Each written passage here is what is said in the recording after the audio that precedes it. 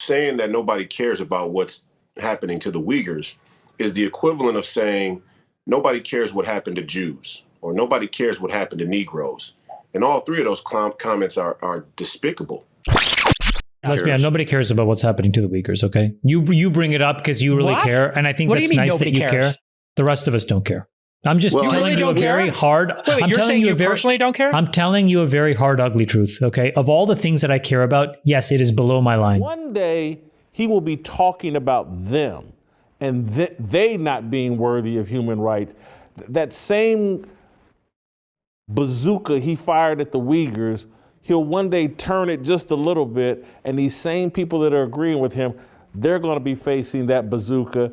And again, I just go back to why faith is important and why this country having a Christian culture was important, is important, and we've lost that.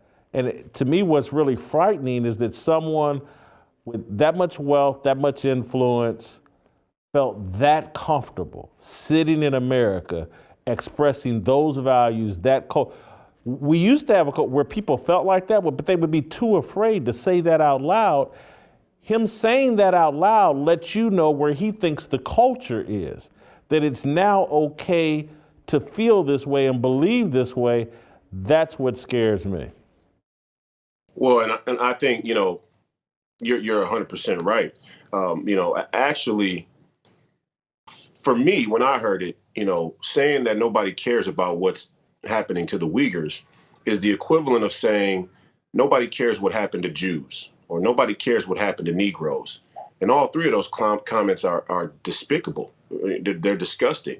And he said it in front of the right people. And often these people do say those type of comments in front of the right people, because if he had said nobody cares about the Uyghur genocide in front of me, I'd have slapped the taste out of his mouth, because it is like saying nobody cares what happened to the Jews or the Negroes. There's a lot of geopolitical posturing in what he said, right? He says, well, we need to be more concerned about what's taking place inside our own borders. That movement doesn't believe in borders, and they certainly don't believe in American borders. That he's saying it as a pure deflection to be able to justify their look away from China, because China is the ultimate engine that this new world order sees to usher in a complacency with authoritarianism.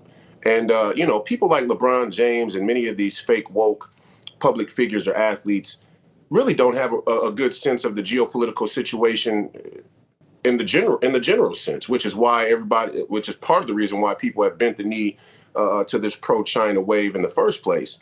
But as I always say, part of them bending the knee also is they're not looking either. The responsibility is on each one of us to understand what we've involved ourselves in, what deals we've done, what hands we've shaken on behalf of the person next to her. Am I my brother's keeper? And make no mistake about it. We can talk about all these minority groups, whether it's LGBTQ, whether it's women, whether it's Black people, Latinos, whoever you want to talk about. The people who are in the firing line right now in our society is Christians.